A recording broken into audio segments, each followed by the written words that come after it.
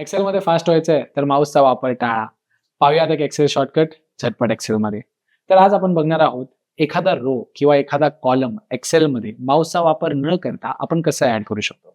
तर बघूयात की जर आपल्याला एखादा रो ऍड करायचा असेल तर आता समजा मला 5 आणि 6 नंबर यामध्ये एक रो ऍड करायचा आहे.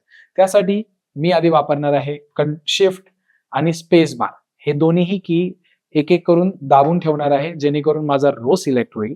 शिफ्ट आणि स्पेस बार आणि हे केल्यानंतर मी एक शॉर्टकट वापरणार आहे ज्याने एक रो किंवा एखादा कॉलम इन्सर्ट होतो. त्यासाठी मी दाबणार आहे कंट्रोल शिफ्ट आणि प्लस की. कंट्रोल शिफ्ट आणि प्लस की दाबल्यानंतर माझा एक रो ऍड झालेला आहे. तर मी जर कंट्रोल शिफ्ट आणि प्लस की परत परत दाबत राहिलो तर तेवढे रो ऍड होत राहणार आहेत.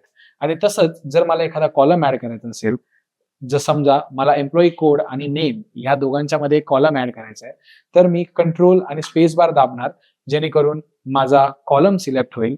कंट्रोल आणि स्पेस बार कॉलम सिलेक्ट करण्यासाठी आणि कंट्रोल शिफ्ट आणि प्लस दाबून मी तिथे एक कॉलम ऍड करू शकतो किंवा सारखं मी कंट्रोल शिफ्ट आणि प्लस दाबून आणि एक कॉलम ऍड करू शकतो. तर हा होता आजचा आपला एक शॉर्टकट. पाहत रहा एक्सेल भारत. धन्यवाद.